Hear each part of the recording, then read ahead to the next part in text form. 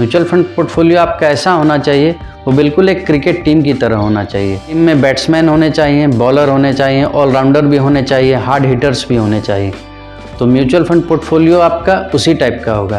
कोई भी एक तरह के फंड हमें म्यूचुअल फंड पोर्टफोलियो में नहीं रखने हैं। हर तरह के मार्केट कैप के फंड्स हमें म्यूचुअल फंड में अपने पोर्टफोलियो में लेके चलना है। हेलो फ्रेंड्स, एक बार फिर से स्वागत है आपका हमारे चैनल फिनअप में। मैं हूं प्रवीण सिंह। तो फ्रेंड्स, आज का वीडियो खास है उन बिगिनर्स के लिए जिन्होंने म्यूचुअल फंड में अभी इन्वेस्टमेंट स्टार्ट की है जस्ट, या वो प्लान कर रहे हैं इन्वेस्टमेंट स्टार्ट करने के। फ्रेंड्स, पिछले कुछ कमेंट्स मुझे आए थे जिसमें आप लोग व्यूअर्स के सवाल थे कि 5000 का पोर्टफोलियो कैसे बनाना है, उसमें small cap, mid cap, large cap में कितना कितना हमें डिवाइड करना फंड। तो उसी को लेके फ्रेंड्स मैंने ये वीडियो बनाया है। तो आइए फ्रेंड्स, देर न करते वीडियो में आगे बढ़ते हैं। पहला सवाल जो हमारे व्यूअर का है, बिगिनर्स के लिए वीडियो बनाइए, लॉन्ग टर्म के लिए 5000 पर मंथ SIP को कैसे डिवाइड करें लार्ज कैप, मिड कैप और स्मॉल कैप फंड में। इन्होंने 2 सवाल पूछा और इनका नेक्स्ट सवाल है, लॉन्ग टर्म के लिए लार्ज कैप बेस्ट है या स्मॉल कैप फंड बेस्ट है। हमारे एक सब्सक्राइबर का सवाल आया था फ्रेंड्स कि सर मुझे लॉन्ग टर्म के लिए इन्वेस्ट करना है 25 से 30 साल के लिए। उन्होंने टोटल 5 स्मॉल कैप कंपनीज में बताया कि मुझे 1000 इन्वेस्ट करना है। एनुअली 10% का स्टेप अप करूंगा सारे फंड्स में। तो मैंने तुरंत फ्रेंड्स उनको रिप्लाई किया कि आप टोटल स्मॉल कैप में इन्वेस्ट ना करके आप उसको थोड़ा डाइवर्सिफाई करें। उन्होंने पूछा था फ्रेंड्स, क्या ये ठीक है लॉन्ग टर्म के लिए? अगर ऐसा नहीं है कि अगर आपको लॉन्ग टर्म इन्वेस्ट करना है तो आप सारे फंड्स जिसमें ज़्यादा रिटर्न आ रहा है स्मॉल कैप में इन्वेस्ट कर दें। ऐसा नहीं है। कभी कभी होता है कि अक्रॉस द सेगमेंट किसी सेक्टर में ज़्यादा बूम रहता है, कोई सेक्टर डाउनवर्ड गया रहता है। सारे इन्वेस्टिंग को डाइवर्सिफाई कर देते हैं अक्रॉस द सेगमेंट, सारे तरह की कंपनीज में आपका इन्वेस्टमेंट रहता है फ्रेंड्स। तो उस तरह से आपका रिटर्न बैलेंस्ड आपको मिलेगा, एक अच्छा रिटर्न मिलेगा। तो फ्रेंड्स, इन्वेस्टिंग का एक नियम है, don't keep all your eggs in same basket.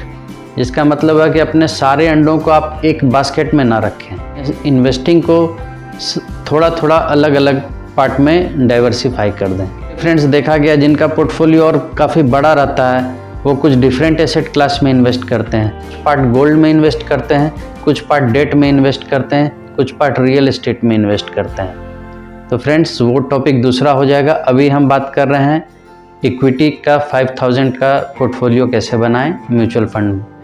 सबसे बढ़िया ये, अगर आपके पास लॉन्ग टर्म है तो आप मिड कैप, स्मॉल कैप में ज़्यादा अमाउंट रखें, लेकिन अपना कुछ पार्ट आप लार्ज कैप में भी इन्वेस्ट करके रखें। सबसे पहले आप इस तरह से समझते हैं कि आपका म्यूचुअल फंड पोर्टफोलियो एक बिल्कुल टीम की तरह होता है। इसमें कोई भी आप एक तरह का फंड नहीं रख सकते हैं। जैसे कि एक टीम में कोई भी एक तरह के प्लेयर नहीं होते हैं। उसमें फास्ट बॉलर होते हैं, ऑलराउंडर्स होते हैं, टॉप ऑर्डर बैट्समैन होते हैं, हिटर्स होते हैं। म्यूचुअल फंड पोर्टफोलियो भी फ्रेंड्स उसी तरह का डिज़ाइन किया जाता है जिसमें सारे तरह के फंड आपके म्यूचुअल फंड पोर्टफोलियो में होने चाहिए। हम यहाँ जिस तरह के पोर्टफोलियो की बात कर रहे हैं तो इक्विटी फंड में इन्वेस्टमेंट के हिसाब से पोर्टफोलियो है। फ्रेंड्स, इस 5000 के पोर्टफोलियो में हम मान के चलेंगे आप एक एग्रेसिव इन्वेस्टर हैं। इसका मतलब हुआ कि आप अपने पोर्टफोलियो में रिस्क ले सकते हैं, आपका रिस्क एपेटाइट ज़्यादा है। सेकेंड, आपके पास टाइम हॉरिजॉन 15 से 25 साल का है और इन्वेस्टर की एज 25 से 35 के बीच में है। आपके पोर्टफोलियो में इस तरह के फंड्स होने चाहिए। कैटेगरी पर्सनली मुझे काफ़ी पसंद है फ्रेंड्स। इसमें लार्ज कैप की स्टेबिलिटी के साथ साथ मिड कैप का हाई रिटर्न्स भी हमें मिलता है। अपने 5000 को इन 3 तरह के कैटेगरी में आप किस तरह से डिवाइड करेंगे? लार्ज एंड मिड कैप में फ्रेंड्स आप इन्वेस्ट करेंगे around 1500 per month. Mid cap में आपको इन्वेस्ट करना है 1500 पर मंथ और स्मॉल कैप में आपको इन्वेस्ट करना है 2000 पर मंथ। अगर रिस्कोमीटर में देखा जाए फ्रेंड्स तो ये वेरी हाई रिस्की फंड्स में आ जाएगा ये कैटेगरी। आपके पोर्टफोलियो में 3 से 4 फंड रहेंगे, उससे ज़्यादा फंड नहीं रहेंगे। 1500 आपको एक मिड कैप फंड में डालना है और 2000 मंथली आपको स्मॉल कैप फंड में डालना है। इसमें आप 2 स्मॉल कैप फंड चुन सकते हैं फ्रेंड्स 1000 का। इसमें आप 2 स्मॉल कैप फंड रख सकते हैं या कोई एक स्मॉल कैप भी आप रख सकते हैं जिसमें आपके 2000 पर मंथ इन्वेस्ट होंगे। रैंक वाइज देखा जाए फ्रेंड्स तो लार्ज कैप टॉप 100 रैंक की कंपनीज में इन्वेस्ट करते हैं और मिड कैप फंड 101 से लेके 250 रैंक तक के कंपनीज में इन्वेस्ट करते हैं। तो ये मिड कैप आपका हो गया 101 से लेके 250 रैंक के कंपनीज में, और स्मॉल कैप कंपनीज हो गई 251 से लेके 500 तक की रैंक की कंपनी। इस तरह से आपकी investment across the segment total लगभग 500 कंपनीज में आपकी इन्वेस्टमेंट डाइवर्सिफाई हो जा रही है फ्रेंड्स। वीडियो अच्छा लग रहा तो वीडियो को लाइक करें, शेयर करें, और अगर आपने मेरे चैनल को अब तक सब्सक्राइब नहीं किया है तो चैनल को सब्सक्राइब कर लें, साथ में बेल आइकन को भी हिट कर दें, इससे मेरे वीडियोस की रेगुलर नोटिफिकेशन आप तक जाती रहेगी। मेरे चैनल पर रेगुलर आपको म्यूचुअल फंड से रिलेटेड, इन्वेस्टमेंट से रिलेटेड कंटेंट देखने को मिलेंगे। इस तरह से आप इन्वेस्ट करते हैं तो आपके अराउंड 20% आपका इन्वेस्टमेंट लार्ज कैप में जाएगा, 40% आपका इन्वेस्टमेंट मिड कैप फंड्स में जाएगा और 40% आपका इन्वेस्टमेंट स्मॉल कैप फंड्स में जाएगा। इससे फ्रेंड्स आपको रिटर्न भी काफ़ी अच्छे मिलेंगे और आपका पोर्टफोलियो बैलेंस्ड भी रहेगा 20% लार्ज कैप होने से। तो इसमें किस तरह के फंड चुनने हैं खुद डिसाइड कर लेंगे। मेरे प्रीवियस वीडियोस की भी आप हेल्प ले सकते हैं, उससे आपको आइडिया मिल जाएगा। टॉप 5 स्मॉल कैप फंड्स की वीडियो मेरी पहले से, टॉप 5 मिड कैप कंपनीज की भी लिंक मैं आपको डिस्क्रिप्शन बॉक्स में दे दूंगा। उससे आपको काफ़ी हेल्पफुल होगा कि किस तरह से आपको इन्वेस्ट करना है, कौन कौन से फंड चुनने हैं। आइए फ्रेंड्स देखते हैं अगर हम इस पैटर्न में इन्वेस्ट करते हैं तो हमें कितने रिटर्न एवरेज देखने को मिलेंगे। अभी जो फ्रेंड्स अगर आप बढ़िया large and mid cap fund में इन्वेस्ट करते हैं तो उसमें आपको लगभग 18 to 20% का रिटर्न मिलता है, और बेस्ट मिड कैप फंड्स में अराउंड 20 to 22% का एवरेज रिटर्न मिलेगा फ्रेंड्स, और स्मॉल कैप फंड्स में 25 to 27% का रिटर्न एवरेज देखने को मिलेगा। तो अगर आप फ्रेंड्स इसका हम एवरेज जोड़ते हैं, मिनिमम अगर हम लेके चलते हैं फ्रेंड्स तो अराउंड 20% का रिटर्न निकल जाना चाहिए। फ्रेंड्स अब कैलकुलेशन से समझते हैं कि अगर हम 5000 का मंथली SIP इस पोर्टफोलियो में अगर 20 ईयर्स के लिए रखते हैं कंटिन्यू, तो हमें कितना रिटर्न हमें मिल सकता है। अगर फ्रेंड्स आप 5000 का ये पोर्टफोलियो आप कंटिन्यू रखते हैं 20 ईयर्स तक, और हम मान के चलते हैं कि हमें 20% भी रिटर्न आता है, जो कि हम मिनिमम लेके चल रहे हैं फ्रेंड्स, अमाउंट आपके बन जा रहे हैं 1,24,00,000 rupees around 20% rate of interest के हिसाब से।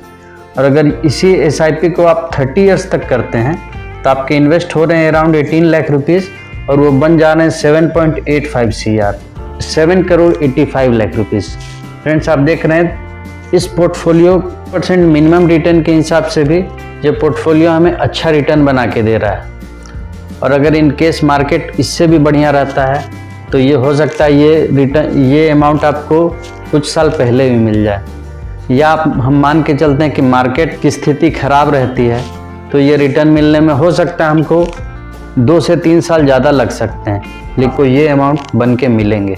आइए फ्रेंड्स और एक सिनेरियो और देखते हैं, जो हमारे सब्सक्राइबर फ्रेंड का कहना है कि वो 5000 SIP per year step up 10% के हिसाब से करेंगे, तब उस केस में ये पोर्टफोलियो कितना अमाउंट बना के दे सकता है। 5000 का मंथली SIP करते हैं फ्रेंड्स और 10% स्टेप अप करते हैं पर ईयर, मतलब हर ईयर आप अपना इन्वेस्टमेंट 10% से बढ़ाते हैं। उस केस में 20 ईयर्स में आपके इन्वेस्ट हो जाते हैं अराउंड 34 लाख रुपीज़, आपको मिलते हैं अराउंड 2,10,00,000 रुपीज़। अगर इसी SIP को हम 30 ईयर्स के लिए 10% पर ईयर स्टेप अप करते हैं तो आपके इन्वेस्ट होते हैं अराउंड 98.6 लाख रुपीज़, और वो बन जाते हैं अराउंड 14,62 लाख रुपीज़। ये देख रहे हैं फ्रेंड्स कितना बड़ा डिफरेंस आ जा रहा है। अगर सिर्फ आप 10% का SIP करते हैं स्टेप अप पर ईयर तो ये अमाउंट कितना बड़ा हो जा रहा है। ये इतना बड़ा अमाउंट है फ्रेंड्स कि इससे आप अपने फ्यूचर के सारे टारगेट्स आप अचीव कर सकते हैं। जो फ्यूचर गोल्स हैं आपके, जिस पर्पज़ से आप इन्वेस्टमेंट कर रहे हैं, या आप चाइल्ड एजुकेशन, चाइल्ड मैरिज, या आपके जो भी रिटायरमेंट प्लानिंग हो, वो फ्लैट खरीदना, घर बनाना, तो ये अमाउंट इतना बड़ा है फ्रेंड्स कि आपके लगभग सारे पर्पस इससे पूरे हो सकते हैं। सिर्फ 10% SIP आप स्टेप अप करते हैं 5000 का, तो आपका ये अमाउंट कितना बड़ा। टिकर जी का कहना है, I wish I had invested more equities at the start of my career. An age where you should be invested in equities. ये राजीव ठक्कर जी हैं, ये Parag Parikh flexi cap fund के सीनियर फंड मैनेजर हैं। कहना है कि आप अपने जितने अर्ली एज में इक्विटीज़ में ज़्यादा अगर इन्वेस्टमेंट करते हैं तो आपको काफ़ी अच्छा आने वाले दिनों में उसकी बेनिफिट आपको मिल सकते हैं। फ्रेंड्स, ये वीडियो अच्छा लगा हो तो वीडियो को लाइक करें, ज़्यादा से ज़्यादा शेयर करें, और अगर आपने मेरे चैनल को अब तक सब्सक्राइब नहीं किया तो चैनल को सब्सक्राइब कर लें। अगर आपके कोई क्वेरीज हो, कोई क्वेश्चन हो तो आप कमेंट बॉक्स में ज़रूर कमेंट करें, मैं उनके रिप्लाई करूँगा। वीडियो के माध्यम से होगा तो मैं वीडियो के माध्यम से बना के आपके सॉल्व करने की कोशिश करता हूँ। पोर्टफोलियो जो मैंने बताया अभी, ये वेरी एग्रेसिव पोर्टफोलियो है। ये उन्हीं इन्वेस्टर्स के लिए है जो लॉन्ग टर्म का हॉरिजॉन लेके चलना चाहते हैं, या जिनके पास मोर देन 15 ईयर्स 20 ईयर्स का टाइम पीरियड है। ये उनके लिए बढ़िया है, और ये उन इन्वेस्टर्स के लिए बढ़िया है जो थोड़ा रिस्क लेके इन्वेस्टिंग करना चाहते हैं।